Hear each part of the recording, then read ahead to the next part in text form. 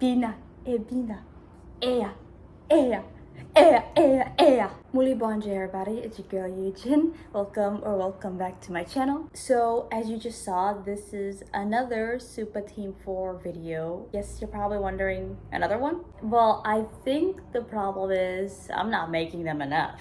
Today I'm going to talk about one of my favorite episodes and also quite possibly one of the more serious ones. No, not that one. No, not that one. There we go.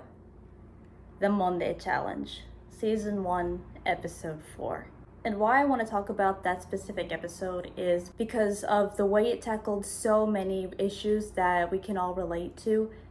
That's pretty deep for a kid's show, but I wouldn't necessarily call this a kid's show. Topics like change, homesickness, bullying, those things that really broke the viewers when they were watching. But also the way it was handled really well. And if it were any other show, they would try to gaslight the audience into thinking that the people who are causing the problem are actually in the right and are trying to teach the victim a lesson, and the person who is playing the victim is actually in the wrong. Jade and Ruby from Sophia the First. And how these issues are not presented as like a laughing stock or some sort of something funny when it's literally just harmful and cruel and sick and twisted. Hi Guardian Spice and Wings Club Season 7. Monde, aka M. Kozo, has always been my favorite member of Team 4 because of her motherly vibes, her softness, and her Disney princess aura. Her having an arc where she's struggling to fit in and not trying to change herself to fit in is something I always love to see in media, because it makes somebody who is insecure, who doesn't think they're good enough, it makes them feel seen, heard. And to be honest, in high school I was pretty insecure, and I thought that if I acted like everyone else that I'd actually fit in, but when I did, I apparently ended up coming off as cringy. So yeah. So I guess the first lesson is don't try to change yourself to fit in. If they don't like you as yourself, they're not for you. They're not your people. And you move on. So without further ado, let's get started. So we begin at the Juicy Achipa stand where Monde is talking to her friends from her old majorette team. She's talking with them via FaceTime, and she's basically giving them some tips and some motivation before their event. And I really like it when shows do this, when they drop hints about the main plot and one's main arc before we even get to it. It makes a really good exposition. The rest of the team show up, and then they begin doing chores for Mama K. And then Mama K mentions something about supporting each other, especially in public places. And yes, I totally agree with that. It's important to stay alert, especially in public places, because you don't know who you're dealing with. And speaking of alert, Temwe brings up the mayor's big speech, or at least one of the mayor's big speech, and how his wife fell asleep behind him and they were imitating her snoring, and they were laughing so hard. Something tells me that they were physically there when they saw it. Also, it's revealed later that it became some internet meme. Monde was a little confused. She was like, what? The snoring mayor? And then Tim was like, oh wait, you weren't there. You could tell that she didn't want to hear that. Mama K reassures Monde that she is part of the team and that she is performing with her new majorette team and that she's been practicing to perfect herself and perfect every move. So basically, Timwe and Z have time for burgers, Koman has time for volunteer work, but they don't have time to do anything in between, like watching Monde perform. Well, it wasn't really emphasized about the busyness, but they didn't really think it through. Mama Kid then reminds them once again about support being a four-legged chair and how convenient, because there are 4 members, and all 4 legs must stand to hold up the seat. They're like, what? Even Monde was a little confused, but it's okay. It's okay. Now, this scene wasn't really important, but at the same time, it kind of was. When Monde was walking home, we get introduced to Mr. Sibanda and how he has major anger issues like Temwe, but only because he cares so much about the planet and he just hates litter bugs. But I just love seeing how Monde picked up the trash like right away, and when Mr. Sibanda thanked her, that she was like, "Oh, you're welcome. I'm just trying to help, you know." It made me go, "Aww." It made me fall in love with her even more. But then I realized something. I kind of had a thought that, what if a modern day Marvel female superhero was in the same situation as her? If they saw a litter bug and the litter bug didn't pick up their trash, I have a feeling that they wouldn't do the same either. They would just ask the garbage man. They'd be like, "You do it. That's your job." Then they'd go into this whole monologue thing about, "I'm a woman. I no longer cook and clean. And I don't need to clean up after people," and it'd just be annoying. So they decided not to follow through with any superhero stereotypes these days. Because it also shows that Kozo and Monde are both a good superhero and a good person. She's a very nice girl. And that's kind of where I got the Disney princess aura from, because she's so kind and she likes to help other people. Even when they can't return the favor somehow, she just loves to help. Monde talks with her sister about how she misses home, she misses her mom, her dad, her old friends, her old jokes, her old school. The way she talks and the way she emotes could probably tell us that she was happier than she is now. And she's kind of in a depressive, emotional state right now. And then her sister explains that her parents wanted her to move to Lusaka because they wanted her to go to a better school. They wanted her to have a brighter future. Honestly, good for them for trying to make sure that their daughter has a better future. But you know, she had no control over the big move. She didn't really ask. She wasn't given a choice. It was out of her reach. It was out of her control, and she had no say. She didn't want to move, but she trusted her parents at least and decided to go with it. She then talks about how she doesn't like the feeling about being new. She feels like an outcast, especially in episode 1 when Marjorie was just barking orders at her. Monde then asks her sister if she can practice a bit more, and her sister is like, "But you've been practicing all week." And it's also revealed that she's getting the solo position for the event tomorrow night. Something I noticed when I started breaking this episode down is how Monde is trying to cope with the big move and trying to fit in. She mentioned twice that she was practicing plenty tonight, the same day. The first time she mentioned it was at the juice stand, and the second time was when her sister was fixing up dinner. And then her sister responds that she's been practicing all week. It's pretty normal for someone who's adjusting to a new lifestyle for them to display excessive behavior. In this case, it would be Monde practicing for the events. The reason why she does this is that she wants to feel like she's good enough and that she wants to make a good first impression. And obviously that puts a lot of pressure on her. She's putting a lot of pressure on herself, extra pressure by practicing that much, where a possible outcome would be that she messes up and she's not accepted and she doesn't feel like she's good enough. One of Monde's biggest flaws is that she feels like she needs acceptance, and so she tries really hard, maybe way too hard, that it ends up being exhausting and taking a toll on her. It ends up hurting her more than helping her. The next day, while Monde is getting ready, actually not really day, but a whole day goes by, and it's nighttime at the school where the event's taking place. She says, "Is it normal to get butterflies in my toes?" So she's pretty nervous, absolutely terrified. But I also found it cute when she was looking at her members and she kind of calms down a little bit. I was like, "Aww."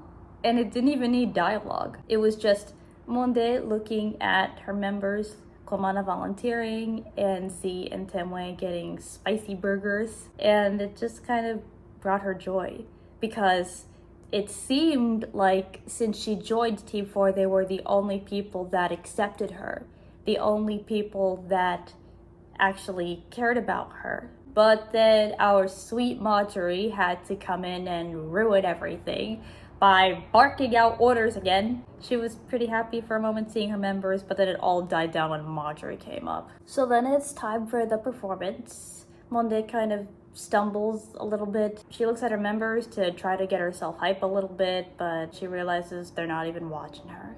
So she leaves it up to all of that practicing to make up for it, but she ends up dropping her baton at one point and also missing a few steps. And then her solo comes on. She froze. She did not know how to react when the spotlight just, it felt like her whole world just stopped. And so she tries to get on with her solo because the whole crowd is watching her. Unfortunately, it does not end up going well. And it's only when she messes up that her members notice that she's in a little trouble. So as predicted, and as one of those possible outcomes, Monde did end up messing up, just like she was afraid of. She ran off the stage in tears, and it genuinely broke me a little bit, knowing that her main possible outcome, the one that she was worried about, the one where she spent hours practicing to make sure that it didn't happen, was what ended up happening. I also love how those three are just sitting there and doing absolutely nothing while their friend is having a breakdown. We cut to the next day, and as it turns out that Monde's performance from last night became a meme on the internet.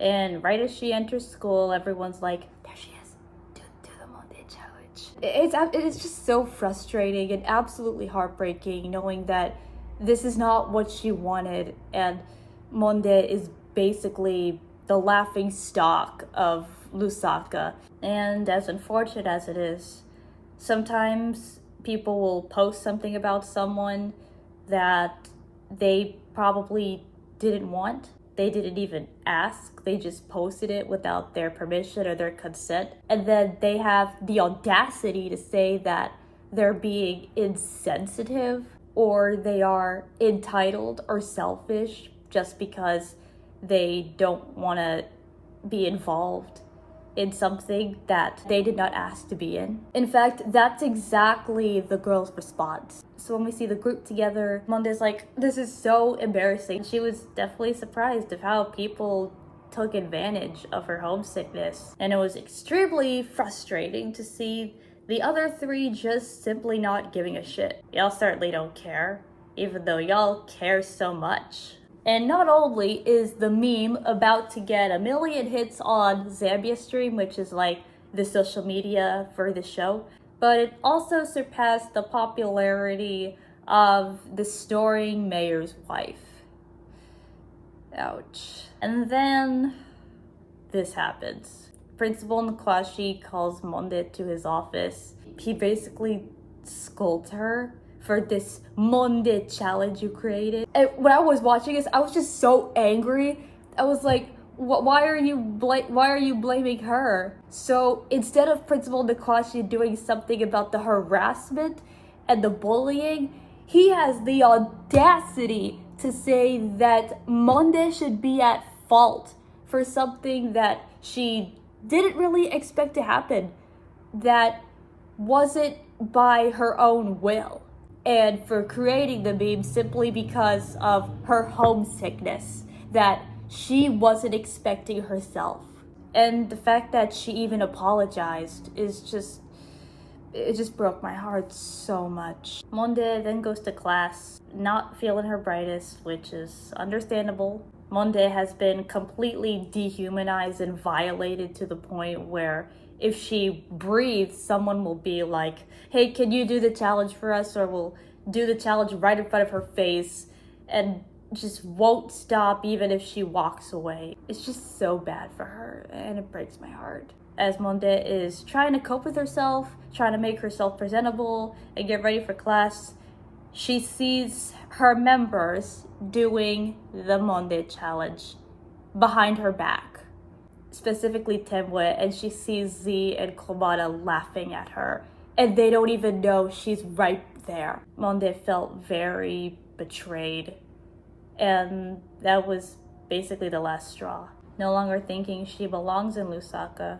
or anywhere, she leaves for good. Now I want to break this scene down a little bit because I know there are some people out there who are going to try to defend the situation, saying that the other three did nothing wrong. But trust me, it's way more than you think.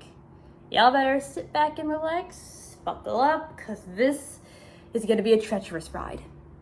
So in the last 3 episodes, Monde was just like vibing with Team 4, thinking that she's found her place in the world. As Mkozo, she still gets to be herself, while also being able to express herself without being scrutinized for it. And in this episode, when she sees that her members aren't as innocent and welcoming as they seem, she definitely felt like she needed a reality check at some point. Because she was like, are these the same girls who I fight bad guys with? Is this how they really are when I'm not around? But I think I kind of understand why those 3 didn't really take her seriously, because those 3 were always living in Lusaka. They were probably born and raised in Lusaka, lived there for their entire life, and they never had to move anywhere or adjust to a lifestyle. But even though it is understandable that they don't know what it's like, it doesn't excuse their ignorance. Like, you don't really have to know what it's like. But I think the biggest problem that they generated was that they weren't walking into her shoes. They weren't coming into terms of how she was feeling. And I think that's what led those 3 down that problematic path. And I also see people defending Z and Komana, saying that they didn't really do the Monde challenge, so they didn't have to apologize. Let me explain. Z and Komana are still in the wrong either way. As Monde is leaving, Komana is like, wait, we were laughing at tee-hee and not you. Tee-hee, who allegedly created the Monde challenge meme and was also doing the Monde challenge herself. And the Monde challenge itself, even though if it wasn't its true intention, it is created as a possible intention to mock someone or to make fun of someone. And I don't want to hear, oh, by YouTube, Z and Komana didn't have to apologize. They didn't do any harm to Monde. They were basically just bystanders. No, because even though they didn't do the challenge themselves, they still laughed at the mockery. Since Z and Komana weren't doing the challenge, they had every right to report the bullying. They could have done something about that. They could have reported the harassment to Mr. Nklashi to avoid the berating and avoid further harassment and bullying in the future. Z and Komana had every right to do the right thing, but they just didn't. And on top of that, Z actually added fuel to the fire, saying, oh, don't stress yourself. It's really not that bad. And everyone will get over it, even you. Like, get the fuck out of here! Like that's not how a human functions. People can't just get over things. You never know if someone is gonna make it through a breakup or losing a loved one. You're in this state where, is my life over? Am I going to survive in this world without something that I want or without getting what I like? You never truly know what someone is going through unless you walk a mile in their shoes. That is what I always tell myself and other people who are thinking the same thing. Okay, let's just calm down for a minute. Just like Monde would do, let's do some meditation, because don't worry, it's gonna get better, I promise. This episode actually has a happy ending. As much as Z, tee-hee, and Komana got on my nerves a little bit, it was great to see that they immediately regret what they did and that they could have done better. And I love how they want to own up to their actions. Which brings us to the apology scene. Actually, wait. The scene before that. Oh, no. Back. There we go. So it's pretty evident that all of the bullying and the harassment has caused Monde to leave Lusaka for good, catching the next taxi home. Remember when we were kids and sometimes we would have lame arguments with our parents without making things better? It just ends up being worse than it actually is. And right after we stomp up to our room and slam our doors, we grab our suitcases and all our bags and we planned to run away from home and never ever come back. And the funniest part is that most of us probably never made it past the driveway. But that kind of running away is not what's going on here. Because it was an embarrassing thing that we tried to do in our childhood that we just couldn't. But here, it's way more serious because she's actually leaving Lusaka. She actually wanted to run away. And I think she was planning to leave in silence so nobody would ever find out, because she believed that if she just left in silence without telling anyone, that she wouldn't be hurt anymore. But then Monde also learned a little lesson in the Uber. She learns that there's value in everything, even the things that we throw away. I also found it hilarious when she thought she was talking to the chicken. Again, Disney Princess aura, talking to animals. And now let's talk about the apology scene. Wait, we have one more scene before this. Then we can talk about it. As the garbage man villain is causing chaos at the edge of Lusaka, Monde immediately hops into action. I'm surprised that the impact of all that rubbish when it turned over the Uber didn't shatter all her bones and all her insides, but she's fine. So she tries to call the girls, but then she's like, no, I don't want to call them, which is normal. She's still pissed at them and has kind of lost trust in them. Then when it's revealed to the rest of the girls, they are definitely distraught that Monde is actually leaving Lusaka, but I feel like they finally understand that what they did, or in this case didn't do, affected someone that they really cared about, and now they're willing to help her. Okay, now we can talk about the apology scene. I really love how the girls' top priority is not stopping the villain, but apologizing to their friend. It was just incredibly well written, and it was a huge sigh of relief to all of us. The girls acknowledged what they did wrong, what they should have done to prevent it, and promised that they won't do it again in the future. A+ writing. That is A+ writing. Mostly because they weren't trying to throw in any excuses or try to make it cliche, or in other cases, very twisted cases, trying to villainize Kozo and try to downplay the whole message entirely. It was also great to see that the girls have acknowledged their mistakes and that they're willing to do better in the future. That is major character growth that we love to see. I also appreciated the callback to the support being the four-legged chair and Team Lilo mistranslating it into that the girls are like furniture. And it was so funny. And even though the fight wasn't the biggest part of the episode, I love how this fight was entirely Kozo focused. I love how she was like the leader of this fight. I feel like Team 4 kind of took a step back to make up for their actions by letting Kozo kick the bad guy's ass. Team 4 is letting Kozo shine in order to prove that she does belong here. And then we get to one of the most refreshing episode closers of the series, which is the closing ceremony of the event. Another performance. In this case, Marjorie, who was picking on her, was supposed to be the center, but the spotlight moved to Monde instead. She ends up performing better this time. Monde definitely shined on that stage, and I was so happy she got to redeem herself. And I was also happy to see the big reveal that the members were controlling the spotlight and that they were cheering, "Woo, welcome, Monde. Oh my gosh, I was like, oh, that's so cute. So that was nice. It also showed that they learned their lesson. And so yeah, I think that is the full deep dive of the Monde challenge episode. But wait, I am not done yet.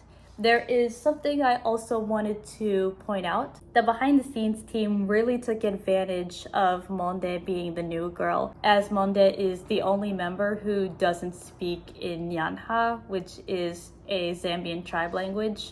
Oh, and don't worry, I did my research before this, way before I even planned this video, because I just love SUPA Team 4 that much. I kind of wanted to get a little insight of Zambia and its culture a little bit. But if there's anybody who is Zambian who wants to educate me on some stuff, please comment down below. I'd love to learn about your country and your culture a lot. So as I was saying, Monde is the only member who doesn't speak in Nyangha, which is a Zambian tribe language. Monde is from the Lozi tribe, and she speaks in Silozi, which is the tribe's language. Most of the things that she was saying were basically the same thing as Nyanha, just in her language. Like for Iwe or Imwe, she says wena.